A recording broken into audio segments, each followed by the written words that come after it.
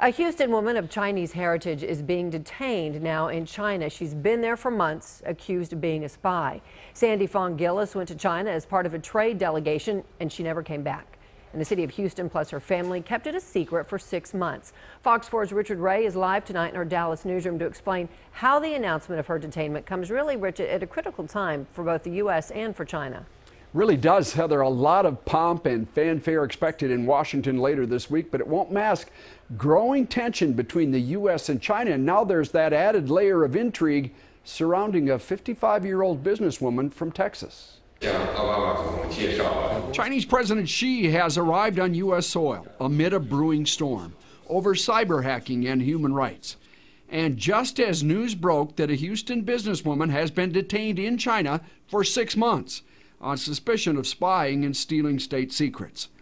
55-year-old Sandy Fong Gillis went to China last spring as part of a trade delegation that included the mayor pro tem of Houston, then mysteriously disappeared at a border checkpoint.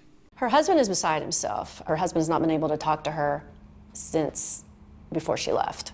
So since March, he's not been able to speak to her. Dallas lawyer Tammy Lagrone is a cousin of Jeff Gillis, who went public now, hoping the timing would pressure Beijing and Washington to act.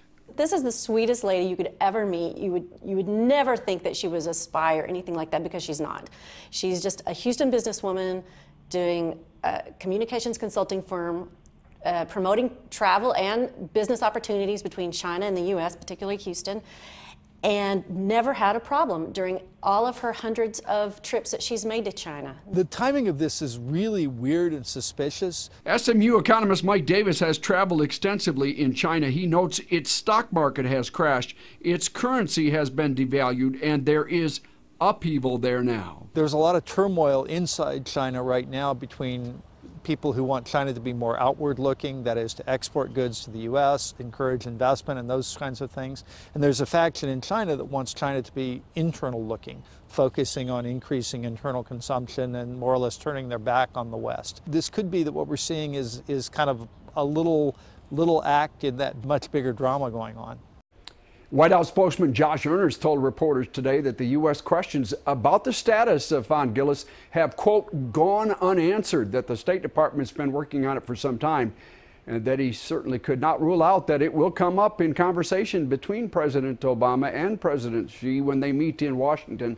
And that begins on Thursday, Heather. Yeah, Rich, I'm sure it will. So you were able to talk to a lot of folks. Tell us more, any more that you can about Sandy. Well, she's Chinese, but she was born in Vietnam, came to the U.S. from there. Now, Tammy Lagrone says she has made hundreds of trips to China over the years, even took family members there and acted as an interpreter a few years ago. She served as president of the Houston Shenzhen Sister City Organization. A lot of cities in Texas have sister cities in China, go back and forth on these trade delegations. And again, Tammy says Sandy never had a problem in all the hundreds of trips that she's made before. All right, Rich, appreciate your coverage. The story far from over, but we will keep covering it. Thank you.